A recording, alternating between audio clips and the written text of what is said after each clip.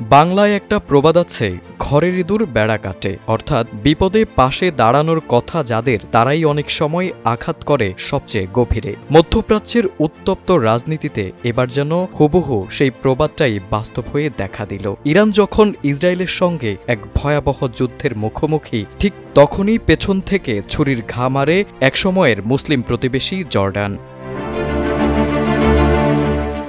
যখন Iran Israel হামলা পাল্টা হামলার এক ভয়ঙ্কর দিক চক্রবাল শুরু হয়েছে, তখন জর্ডান তার আকাশপথ খুলে দিয়েছে ইসরায়েলের জন্য। হ্যাঁ, ভুল শোনেননি, আরব বিশ্বের একসময়ের সহমর্মী দেশ এবার দাঁড়িয়েছে পুরোপুরি বিপরীত মেরুতে। এর আগেও বিতর্কিত ভূমিকা পালন করেছে জর্ডান। কখনো ফিলিস্তিনে ত্রাণ পাঠানো পরিবহন থেকে অতিরিক্ত ফি আদায়, কখনো ইসরায়েলকে ছায়াসঙ্গীর মতো সহায়তা। এবার তো প্রকাশ্যেই ইরানের দিক থেকে আকাশপথ বন্ধ করে রেখে ইসরায়েলকে দিয়েছে সরাসরি সামরিক সুবিধা। আর এখন যখন ইসরায়েল চাইছে, তখনই খুলে দিয়েছে আকাশপথ, যেন একদম সাজানো নাটকের দৃশ্য। কাতার ভিত্তিক সংবাদ মাধ্যম আল জাজিরা জানায়, জর্ডানের বেসামরিক বিমান চলাচল কমিশন 14 জুন সকালে জানিয়েছে তারা আবারও আকাশপথ উন্মুক্ত করেছে। অথচ এর ঠিক আগের দিনই ইসরায়েল ইরান উত্তেজনার জেরে বিমান চলাচল বন্ধ করেছিল তারা।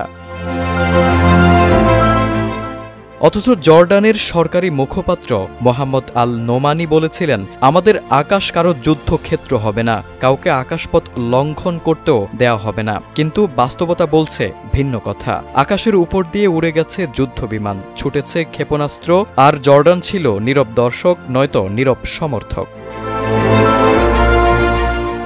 বৃহস্পতিবার দিবাগত রাতে ইসরায়েল প্রায় 200 যুদ্ধবিমান দিয়ে ইরানের 100টিরও বেশি স্থাপনায় হামলা চালায়। এ হামলায় নিহত হয়েছেন ইরানের সেনাপ্রধান, বিপ্লবী গার্ডের প্রধান, 6 জন পরমাণু বিজ্ঞানী এবং অর্ধশতাধিক সাধারণ মানুষ।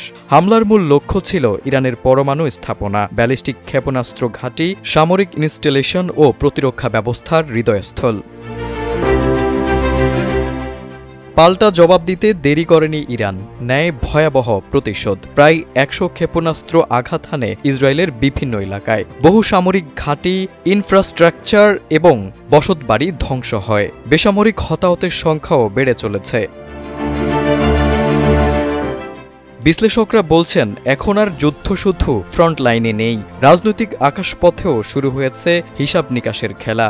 আর সেই খেলায় যারা ছিল ভাইয়ের মতো, তারাই আজ ছুরির মতো ধারালো। নিউজ ডেস্ক, সময়ের আলো।